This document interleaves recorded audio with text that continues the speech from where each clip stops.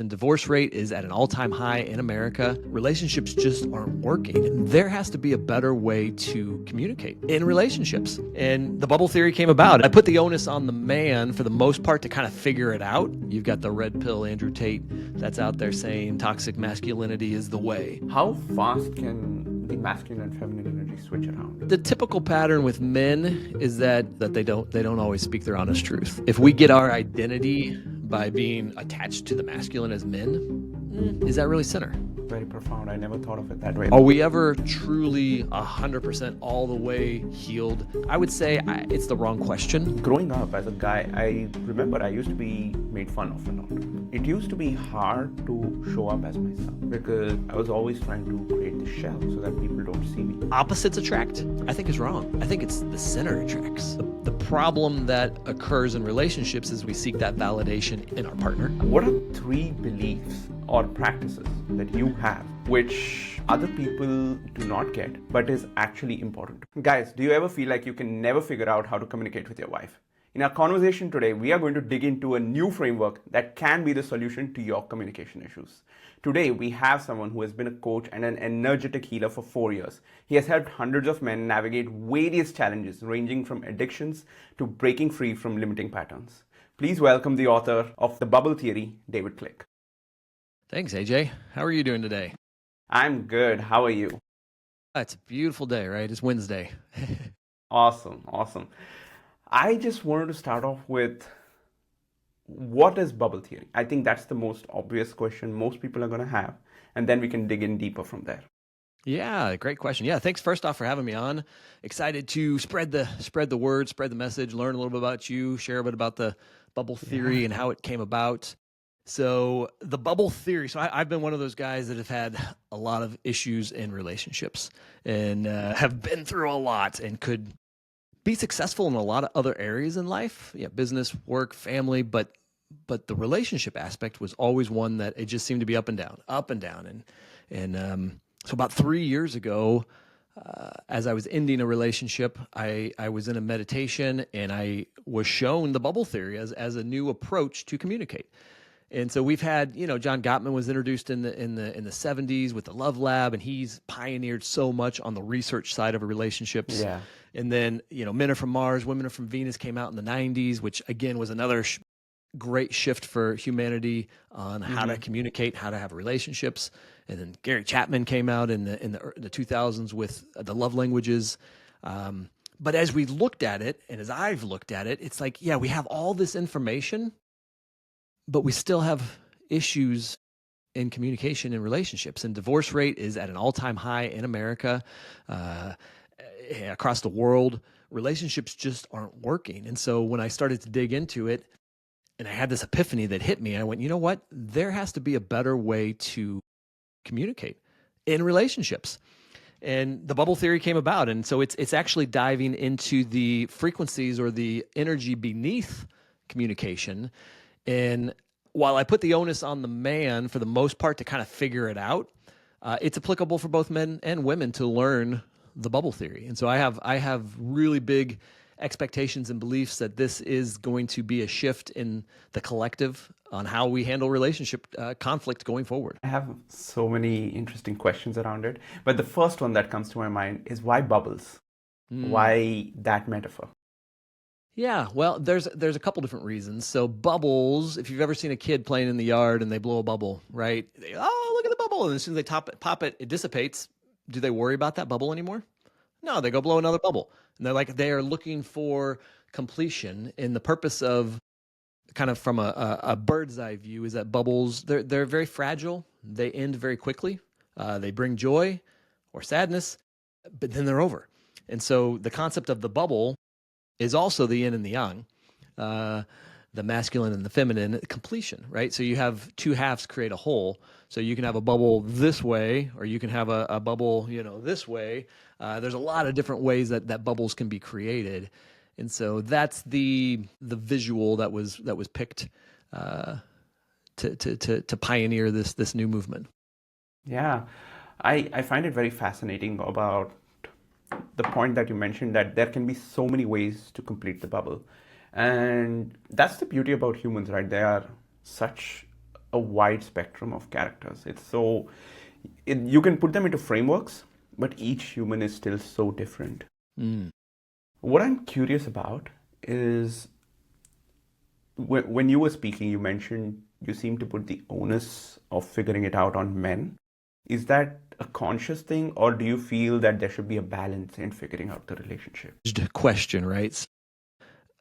It should be balanced. We should all be from the center. And so that's actually the whole concept of the book theory, is that we have to understand the masculine and the feminine energy so that we can respond from the center. Because every situation, if she comes in with a feminine energy, we want to complete it with masculine. If she comes in with a masculine energy, we want to complete it with feminine. And the best place to stand is right in the middle. If we can stand in our center, it's easy to switch to the left or switch to the right with the completing bubble half. And so is the onus on the men? Is it on the women?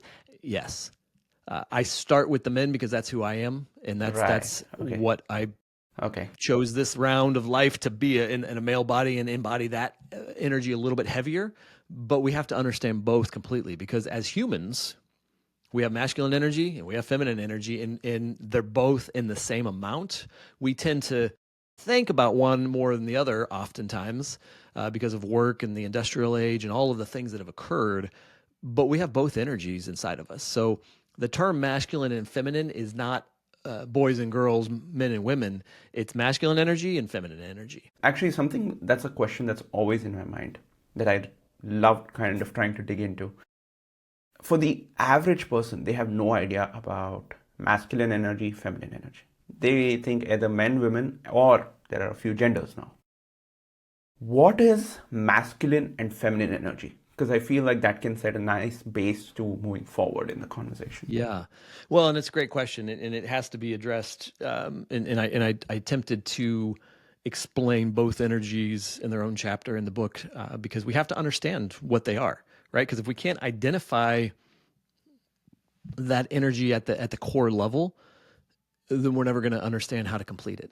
And so I would go back to the first question, which is, what is the purpose of communication with a couple in a relationship? Now, there's obviously communication to just get things done, but if she comes in with a question or she comes in with a statement, the purpose, I would say, is completion. And so we have to understand what the goal is first. And once we understand the goal, that it is completion, then we got to understand the two pieces. So if there's masculine energy and feminine energy, how do they work together to complete? And so that is a perfect question that you led with, which what is masculine energy? What is feminine energy? Which one do you want to tackle first? Either one. I'm open. We can start with the masculine if you want. Okay. I think. Yeah. That's a good one. And there's a lot of misconception, I believe, in our modern world. You've got the red pill Andrew Tate that's out there saying toxic masculinity is the way.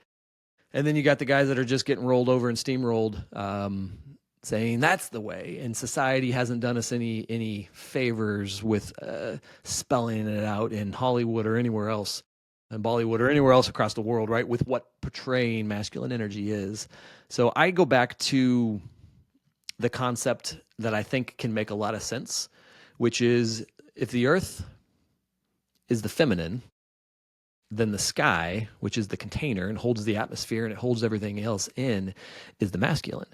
And so I try to drive home maybe some different perspectives of what the masculine is, because my belief is that masculine energy, we lead. We have really three strong purposes with masculine energy, and the third one being leading a relationship. Now, that doesn't mean the guy has to lead the relationship only, but that masculine energy is leading. And so we have to understand, what is it? It's a great question. So I use the analogy of the sky. It holds, it's a container. It is another analogy that might work is like a pillar of light. If you've ever seen like a bug zapper, which bad analogy because if you get too close, you can get burned, right? But the masculine could be the light. And so it illuminates everything near him. And then the feminine energy can dance around it. Now, she can go wherever she wants. It's not a cage. The feminine energy doesn't have to stay. But when the masculine is on point and it is grounded and it's rooted and it's strong and it has vision of exactly where it's supposed to be and what its purpose is, it provides light to those that step into its container. So just to clarify, I'm aware of this, but I want to make sure the audience Yeah. understands this, that the masculine energy and the feminine energy can be contained by both the male and the female. It's not restricted to a specific sex or gender. It is, and the way I try to understand this actually, maybe this can resonate with more people, is it's also in terms of behaviors. So when you think energy, think behaviors. Certain behaviors, like anybody can display any behavior. It's not restricted to a specific gender or sex. But if you're in the first category of behavior, you're gonna have certain challenges, or this is what you need to focus on. If you're in the feminine side of behavior, this is what you need to focus on. And that's kind of the framework I feel like people may understand. Do you feel behavior may be a better word to use than energy? This is just me going off of the conversation here. Well, I would say the energy is always going to be underneath it. The behaviors are going to stem from the energy that's underneath it, because behaviors are going to change, right? You could have a behavior that pops up, like maybe the behavior is like the flower, but if you get down to the root of it, in the seed, in the earth, that's the actual energy that's beneath the behavior. And I think we have to be careful to not label behaviors as energies, because they are different. Okay. One way that we might be able to understand masculine and feminine in a simple way is to ask, is this giving or is this receiving? So if you're female, let's say you're married and your wife walks in and says, "Where do you want to eat, honey?" Is that a giving or a receiving question? That's a feminine energy that she's presenting. And if the man is sitting on the couch and he says, "Oh, there's a feminine energy coming in. How do I complete that?" Well, I need to complete that with a matching masculine direction. But if he sits on the couch with another feminine energy and says, "I don't know, what do you want to eat, honey?" Two feminines. And what happens? Nothing. Then she gets frustrated. "I don't know. You never know what you want to eat. What's the big deal?" "I don't know. Well, you just pick somewhere," right? Two feminine. But if she comes in, and these are very simple, basic examples, right? Say, "Hey, where do you want to eat, honey?"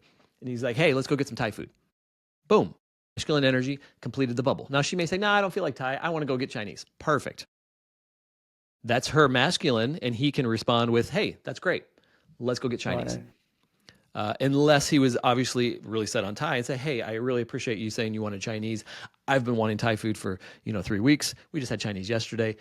Let's get Thai food today," right? So but the point is complete the bubble initially without raising and meeting it. So if she comes in and says, "Hey, let's go to Thai food," and it's a masculine energy that's being presented, right? Direction, clear, leading. It's beautiful, right? She said, "I want Thai food," and if he goes, "I want Chinese food," what is that? That's masculine to masculine, and the bubble just gets bigger, right? He needs to look at that and say, "Hey, she's coming in with a masculine energy. I want to complete that." "Oh, babe, I hear that you really, really want some Thai food. That's beautiful. Thank you for telling me what you want." That's a feminine response, and guess what? That bubble's dissipated. And then if he's, "Hey, last time I ate Thai food, I threw up. I can't do Thai food." But if he just immediately goes and hits it back with a masculine, is that making sense? How all that's happening is the situation's getting escalated. And we don't want escalation. In a relationship, in a healthy relationship, right? We want to be thinking in terms of completion. So we think, "Hey, she's presenting feminine, I complete with masculine. She's presenting masculine, I complete with feminine." The bubbles dissipate, the completion happens. And it doesn't mean we roll over or lay down for whatever, but we have to complete the bubble. Otherwise, it escalates and it just causes confusion. Is there chaos. Is there an energy? Can the energy switch between each sentence? Someone says. So in the example you presented, the question starts off with a feminine energy, maybe, and then there's a masculine. There is a potential to switch into masculine energy. How fast can the masculine and feminine energy switch around? Well, in my research and belief is that it's not going to switch unless it's met with a like energy conflict. So the term that the buzz term in the industry is polarity, right? Opposites. You got to be opposite. And you're going, no, I think polarity is actually meeting in the middle and being centered and grounded. So if she comes in, if your question is does the energy switch back and forth? Does it dilate between feminine and masculine? If she's presenting, that would be, "Hey, baby, what do you want to eat?" I want Chinese. Is that what you're asking? Yeah. So what I'm trying to understand is let's say she comes in with what do we eat today? Okay. And the guy says Thai, just as an Yeah. example. So he So completes that it bubble. starts off with feminine. There's a masculine that's met. And then she says, no, let's go to maybe Italian. That's what I feel like. So now she has switched into masculine. Yeah, but that first bubble was So completed. That's got what we it. have. We have to stop thinking so big, and we need to start thinking in the present. So if that initial bubble was completed, where she said, "Hey, what do you want to eat?" and he's like, let's go to Thai food," Okay. that bubble is Okay. completed, and then she can change it, and sometimes females do, and they'll be like, "Well, actually, I want this." Perfect. Let's go Okay. there. Okay.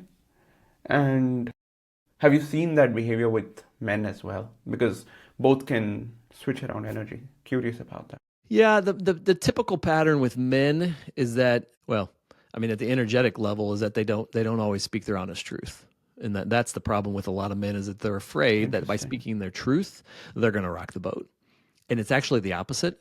Is that when we as men can stand in with our truth, the feminine energy appreciates the masculine truth. That is something that was quite a powerful thing. I really want to dig in deeper there. Okay, let's When go. you say that men are afraid to talk their truth, does that mean they don't want to share what they feel or they don't want to be vulnerable? Plus, you mentioned they're afraid to rock the boat.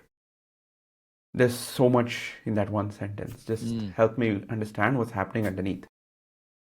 Well, your question was, do men vasodilate between Yeah, exactly. energies? And my reply was, is that that's probably not where they're typically vasodilating between them. They are, the problem with most men is that they are afraid to speak their truth, because at the core of it, what I've learned is that we as men and women who are stepping into the masculine is afraid that that masculine energy is going to be rejected, dismissed, and instead of being in such a powerful place inside that we know that our truth is our truth, we're not quite at that place. And so a lot of men don't speak their truth because they haven't actually come to full empowerment of what that truth is. And so they hem-haw around, or they skirt around the topic, or they're not direct, and that causes more chaos by not leading with that masculine energy. And that's more of an overarching bubble. Like in a relationship, when you agree to be in a relationship with someone, there's usually dynamics that are agreed to.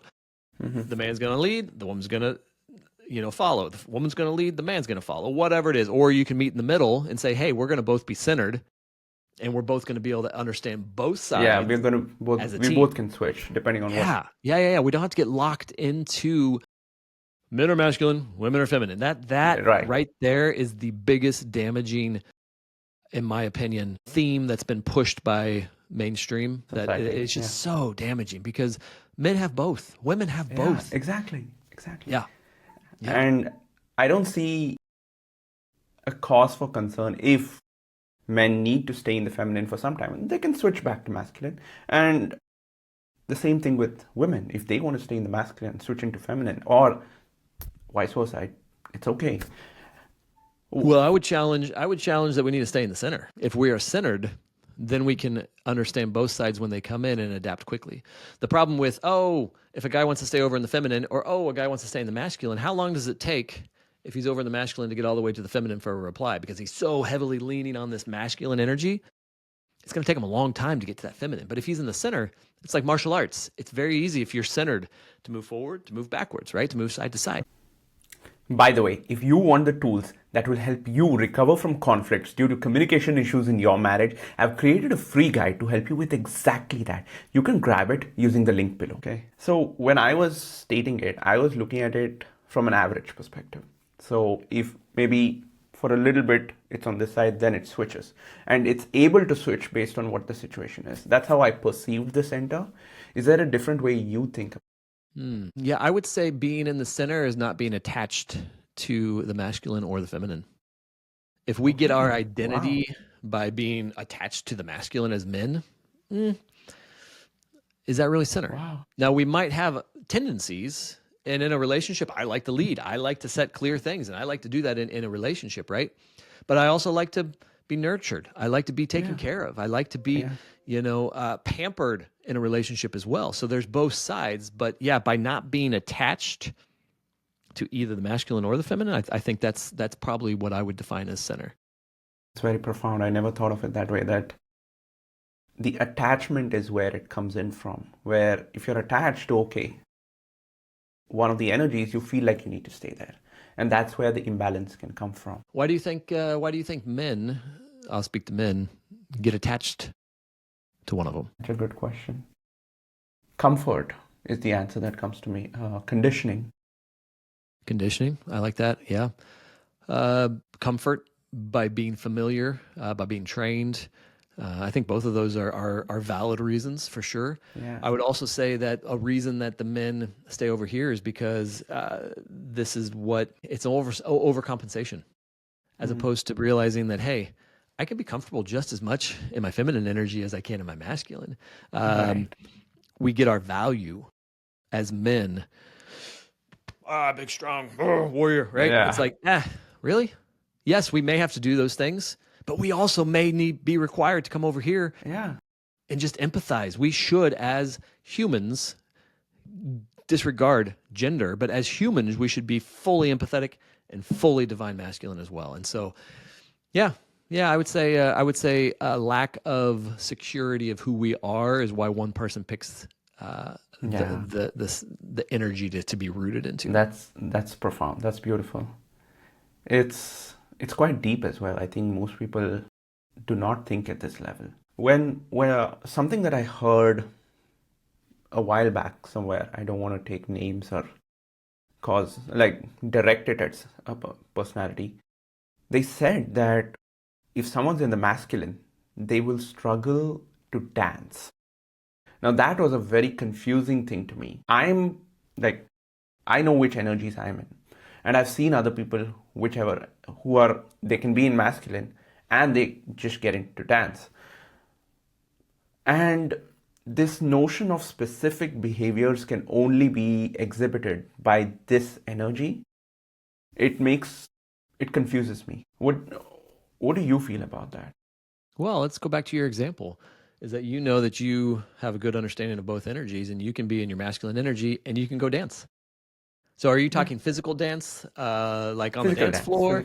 Yeah. So what does that tell? I'll tell you what that tells me by you saying, hey, I can be a masculine energy and I can go dance. I love dancing personally. It tells me that you can shift as needed, right?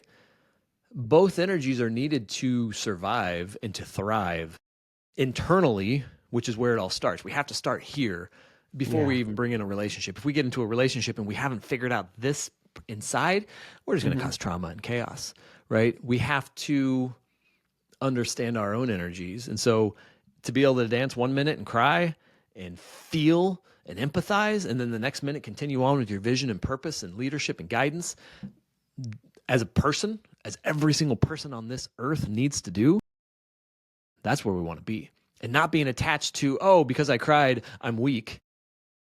No, because you cried, you felt the feminine.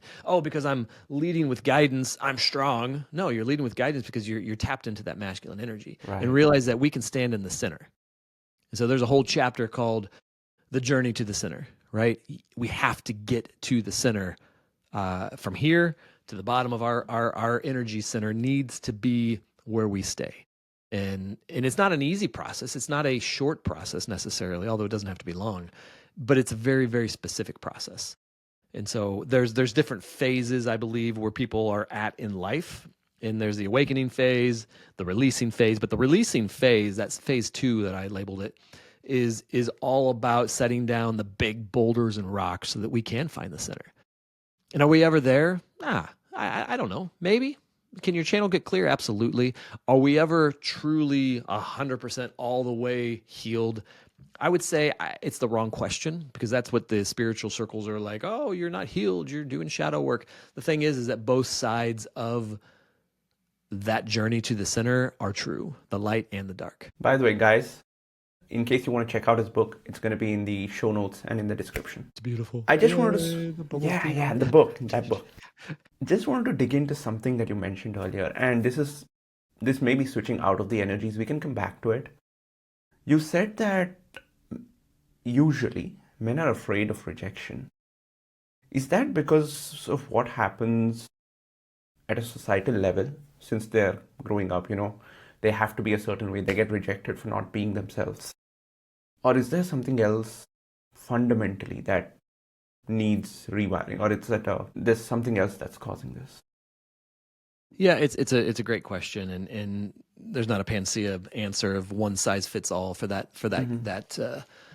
revelation. In my experience, most of the time that people, including myself, have dealt with fear of rejection is because of a trauma that has occurred in the past, and it could be childhood trauma, very simple as as your parent saying something inadvertently, even without it being abuse, that trauma could stick. Um, it could be in a relationship. A lot of the current society we live in, there's a lot of relationship trauma that occurs, and we aren't given the tools on how to emotionally jump into romantic relationships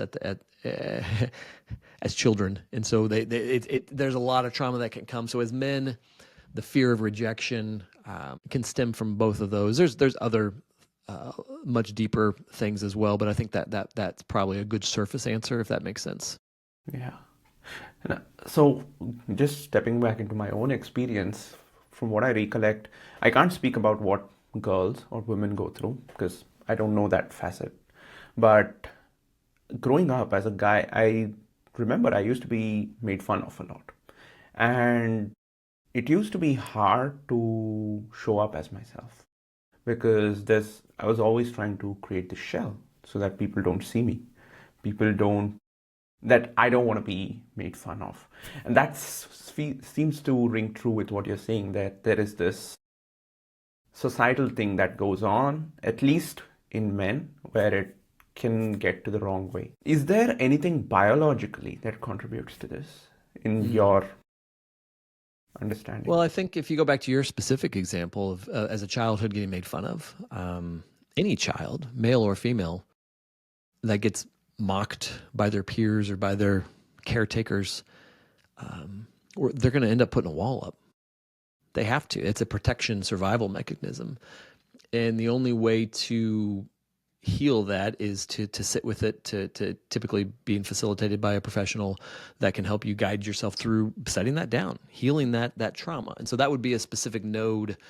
Now, it doesn't dictate everything, but it's definitely going to influence that mask that you put on to avoid fear of rejection, mocking, dismissiveness again. The thing is, until that gets healed, not specifically talking to you, but in general, if somebody has that wounding, it's weird, right? But the energy is always flowing underneath it. But we attract those that poke that energy to reveal it to us in romantic relationships and friendships, because we want the universe wants completion. The universe wants harmony. And so you have this mask and you're thinking, oh, nobody can see this. It's so nice. I've packaged this beautiful camouflage shell around that wound. But guess what? Energy doesn't give a crap about that shell. And so it's sending out these vibes saying, this is a core wound. And then everything that's getting drawn to it is going to be poking at that, saying, wait a minute, let's get through that shell. And that's why people get triggered. That's why people have these emotional, reactional issues and relationships fall apart left and right, because people get triggered and they're not willing to sit in the fire and say, you know what? This is a core wound. I need to get this figured out. Yeah, it's true. It's really difficult when you go through that, and it creates the shell. And I can totally see when you create the shell, it's almost like intriguing others. Okay, there's more to this situation, and it feels like there's something that can be poked at. Yeah, subconsciously, right?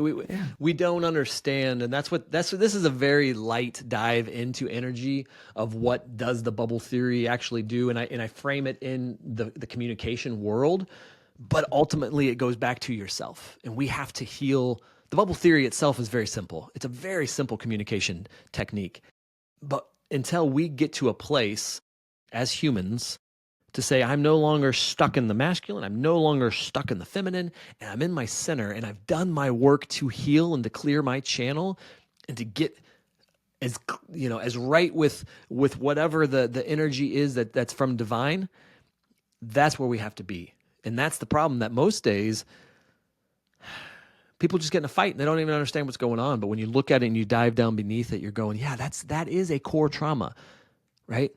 And you're putting a shell out there and projecting, but ultimately energy doesn't lie. That's a beautiful saying, right? Energy never lies. And even though we pretend, the energy is emanating from us, and that energy is truth. Now, that's not necessarily the bubble theory, but at the core of it, we have to get to that point where we are clear, and that is where I'm headed with this. It's actually a trilogy of work that is being released, and then about 3 years from now, I'll put out the next step. But it all starts first off with understanding ourself, right? And how do we interpret energy? So that's the first stage. Absolutely, absolutely. I remember when I met my wife, the thing that really connected us was I was this guy who had been holding a shell for a long time, right? I don't let it out to anyone. And I met my wife, and it was like for the first time, I can let my walls down. I'm going to be safe letting my walls down. I love it. And it brings a tear into my eye as I talk about this. But that feeling of when I didn't need to hide, I didn't need to, it's going to be okay. And I think that was like, yes, that's what created the connection for me, at least on my end. So yeah, it's fascinating how these things work together. What is your take on polarity? Because I know you spoke about this being a buzzword, but is there a core to it? Is there a way to look at it? Yeah. So the relational term polarity that's widespread in mainstream media, I would refer to as magnetism. It's different. Magnetism is the poles, right? Oh, and so there's this whole theory of, and there are certain times that it can be applicable in relationship dynamics, but the whole concept of polarity being opposites attract, I think is wrong. I think it's the center attracts, and spin those magnets, shoo, and let them meet in the middle, and stop worrying about the fringe on the outside, north and south, plus and minus, but let's put it in the center. And if you're centered and you're grounded and you are clear from the middle out, that's what I think polarity is all about, is meeting in the middle. You look at the story of Shiva and Shakti, right? The masculine and the feminine and the dance that they have, and I put this a version of the story I created in the very end of the epilogue, because it's about meeting in the middle. It's about having completion. What is the point of a conversational bubble? Completion, harmony. That's what we want. That's ultimately what we want. And so, yeah, polarity insinuates that it's got to be opposites. If she does, this, you got to go to the other end. And the rubber band theory, and there's all these different things that can work in certain situations and different relationship dynamics. But the overall concept that mainstream media has pushed is what I would call magnetism. But what we want to do is have polarity where we meet in the middle. Okay. So the media has pushed magnetism, but what we need is polarity. Yeah, but they label magnetism as polarity, right? Opposites. Right. Opposites attract. Opposites. I mean, how many times have you heard that? Well, you got to be opposite of her. You got to be opposite of him. And you're going, well, why don't we meet in the middle, be centered? And then if we're both centered, it doesn't matter which one's presented in because there's going to be conflict no matter what in a relationship. People are going to fight. People are going to get their feelings hurt. Yeah. When someone gets their feelings hurt and says, hey, this hurt my feelings when you did this, this, this, and this, and how I felt, right? The other person can get defensive and reactive and be like, well, no, that's not what happened. You misread it, blah, blah, blah. Well, what's that? That's a energy on opposite ends as opposed to meeting in the middle to complete. This is a very, very fascinating take on the entire energy perspective. And I hadn't thought about it this way. So I'm definitely learning a lot and finding it very interesting. And I hope the audience is loving it too. Yeah, me too. I hope they love it. Yeah. One question that I had, which now seems moot, but I was going to ask, can a man with a feminine and a woman with masculine create polarity? But now the way, as you've spoken about it, if they're trying to be centered, why not? And Yeah. That's a great Yeah, of example. course. And so I had this question on a podcast last week where he's like, well, what about the relationship bubble itself? And I hadn't really thought about it. It's not in the book, but his comment sparked the thought. And I said, well, Colin, here's the thing. If you're in a relationship and you know that you like to lead as the man, well, you're not going to be attracted to a woman that wants to lead too, because you're going to be fighting with each other. You're going to be attracted to a partnership that says, hey, I love being led. And there's certain things that they're going to want to lead in as well, or vice versa. If a woman wants to be the leader, the provider, the leader, she's not going to want to go compete with another man that's trying to one up her. She's going to want a guy that's going to support her and be there to help facilitate that. And so that's more of an overarching, and there's a lot of nuances in there. I'm stereotyping with a wide brush the thing. But if you look at the overarching bubble of what someone says they fall in love and they get into a relationship, it's going to have some of that dynamic there. The bubble theory itself is more about the weeds. It's about the day to day. It's about the nuances of, you know, how real conflict occurs in a relationship and why. Right? You're not going to want to be unequally yoked. If you've got a partner that doesn't believe and want to go the same direction and you're pulling in opposite directions, don't be with that partner. Right? But if you have a solid foundation, right? And I talk about it in a little bit in the book. If there's toxic behaviors that are abusive, get out, right?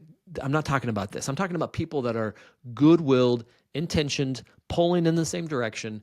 This is what the bubble theory applies to. Is everything a communication bubble? Everything?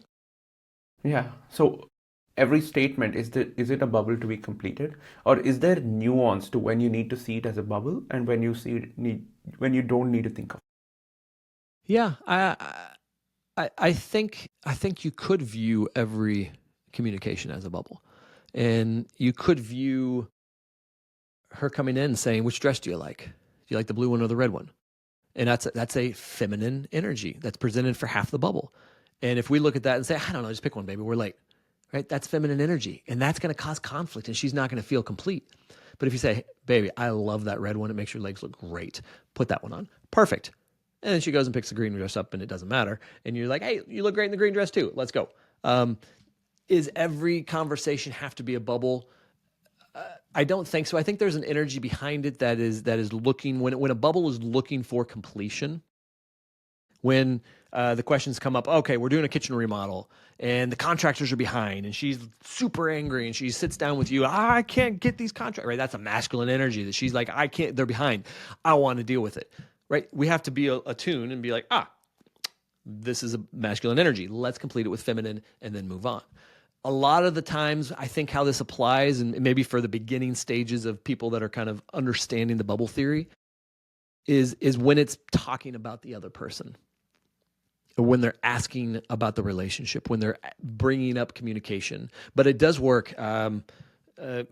It works in the business world. It works in your extended family. It works in a lot of situations where somebody comes in with a hard energy. I mean, it's in the old scriptures, right? A gentle answer turns away wrath. I mean, that is kind of like, well, he comes in hot and heavy. We're going to answer it with a feminine energy coming back. Now, that doesn't mean we bend and fall down. I'm just talking about complete that bubble, get that bubble dissipated, and then we can get to the root of the matter. Okay. So I was reading through your 10 most common bubbles. Oh, yeah. Okay. And something that intrigued me was the ninth one, where I think it was, I don't remember the name. I don't know if it was the validation bubble or if it was something else, but it goes with, I just did the laundry, and how do you respond to that? Now, my question to that is, are there times where it's just a statement, not a need for validation? And how does someone see the difference? Maybe this is in the same line of trying to see whether it's a bubble or not, but I was just trying to pick out this specific one. Yeah, so if it's a, let me pull that up. I got that right here.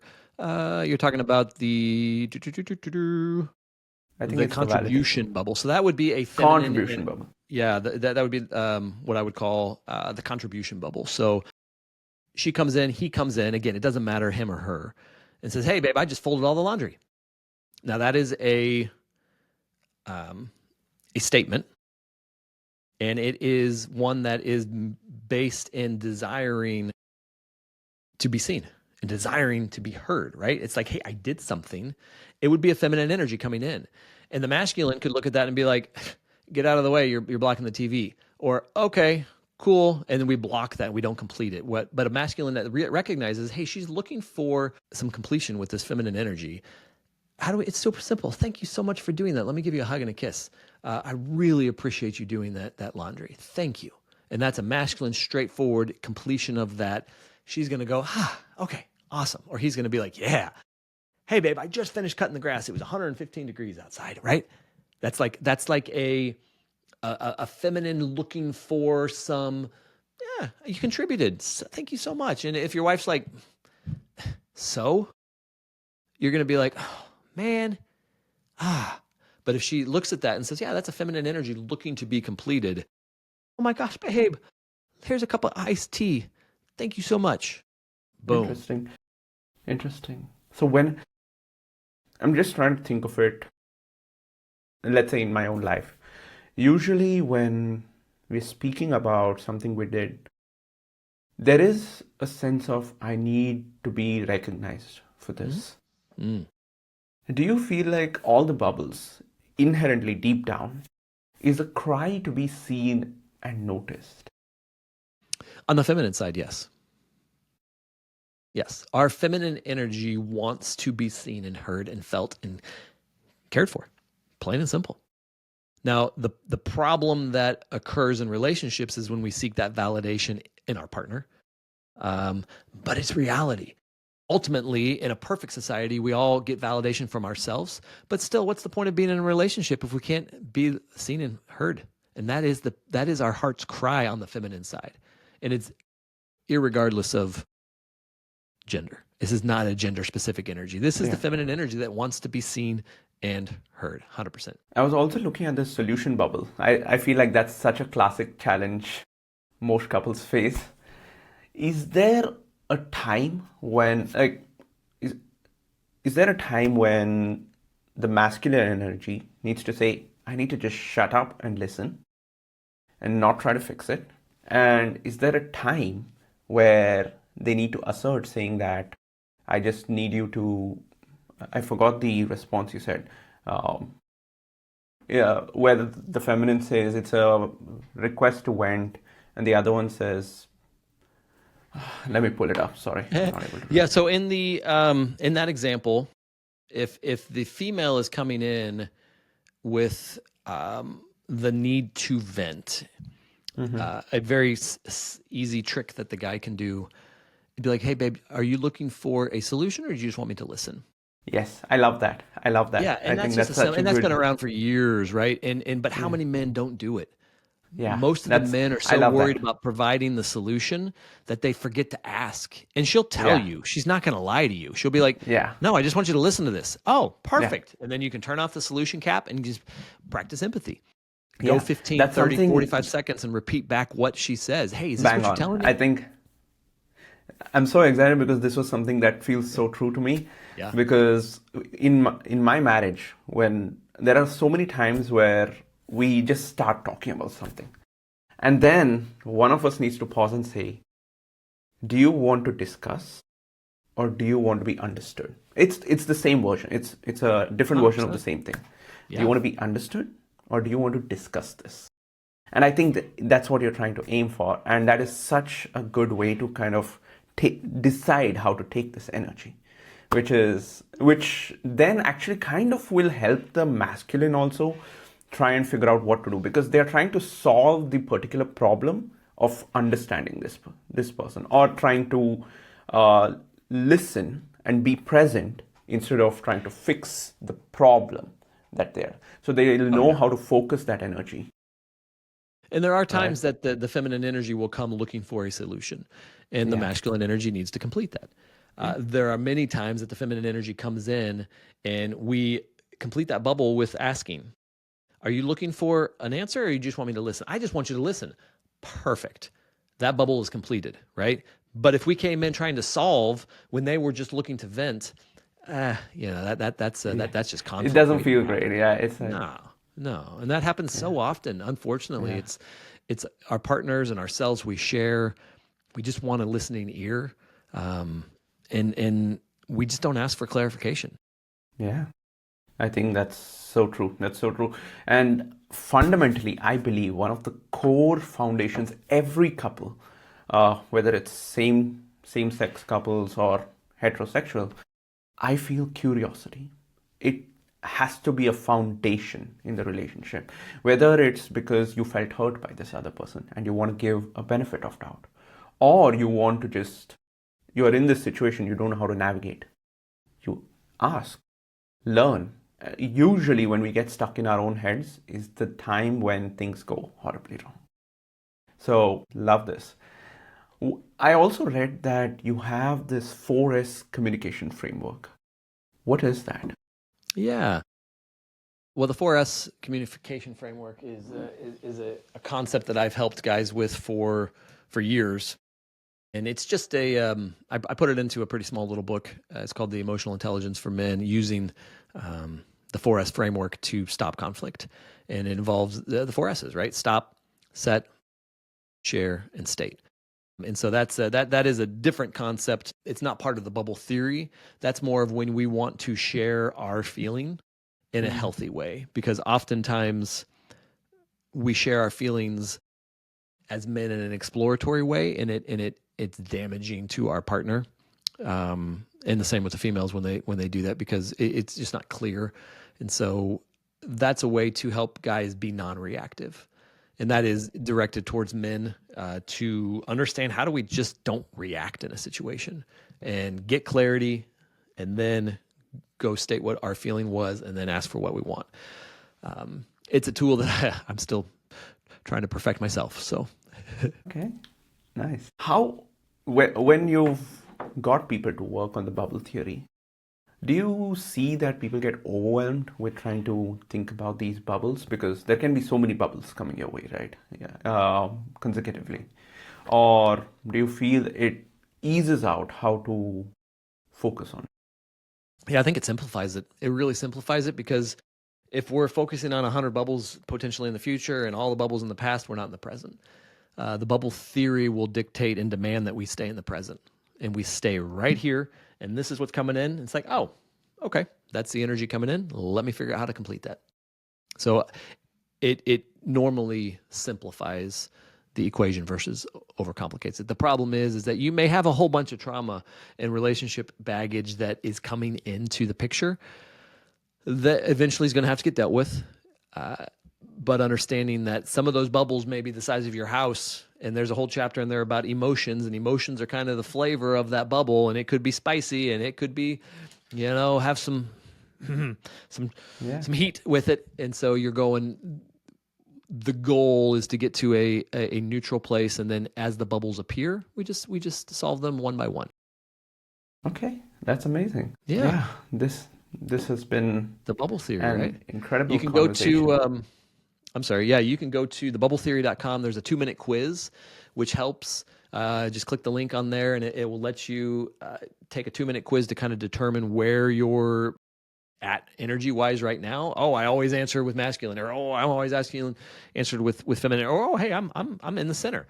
And it's just a cool little report that can get generated on kind of what those 3 energies look like as well. So Awesome.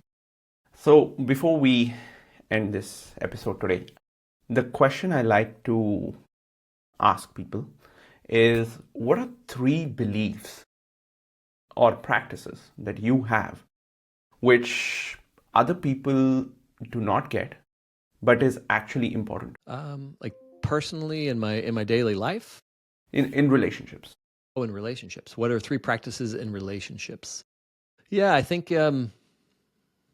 I don't know. I mean, I think anybody can have these, and this is the first time I've heard the question. So I'm going to think on my feet here, and I reserve the right to change my answer after I say them, right? But yeah, you have to know who you are as a man or as a person, right? And so we have to understand our truth. And when we find our truth, we can speak from that. And so that's a journey in and of itself to get to your center. But it requires a healthy relationship, requires you to get to your center and to understand. The second one would be, I would say, having modalities in your back pocket that help you regulate in the relationship. If you don't understand what being flooded feels like, if you don't understand how to regulate your emotions, if you don't have a way to release stress, maybe that's hitting a boxing bag or running down the treadmill or doing breath work, right? You have to have modalities that keep you centered, because we're all going to get knocked off center. Everybody happens. It's life. Something's going to occur where we get like, "Ugh." And if we don't have tools in our toolkit to get us back to center and get us back there quickly, things are going to build. Those would be the biggest two right now that would really make sense, is know yourself and have your toolkit ready. Okay. How about you? Oh, from my side, I would say the first one I already spoke about, build curiosity. Absolutely required. And if you do not start from there, it's so easy to just create a version of the person you're with, which may not even be true, right? And so you create a whole other picture that need not be the case. Second, the way I think about it, whatever you appreciate appreciates. If you notice more faults in your partner and you put time and energy into looking at what they're doing wrong, you're going to see more of it, and you're going to feel more agitated, and you're going to feel like this is wrong. But there are so many things that you're taking for granted right now. There are so many things that you aren't actually paying attention to. That's two. The third one, if I had to answer, would be stop blaming. First, focus on what you can do better. And if you can do everything to try and understand this person you're with and just flood their life with joy and surprise and just amazingness, there is no reason they wouldn't want to give back. They would be on their feet thinking, how do I give back to you? And that's my 3. Yeah, I love it. It's beautiful. Thank you for sharing that. Absolutely. Thank you for being on the show today. It's been such a privilege to talk to you, and I have thoroughly enjoyed this conversation. Guys, once again, please make sure to check out his book. Thank you. Have a good one. Thanks, AJ. Have a good one. If you want to recover from marital conflicts even faster, click the link below to access the free guide I mentioned earlier.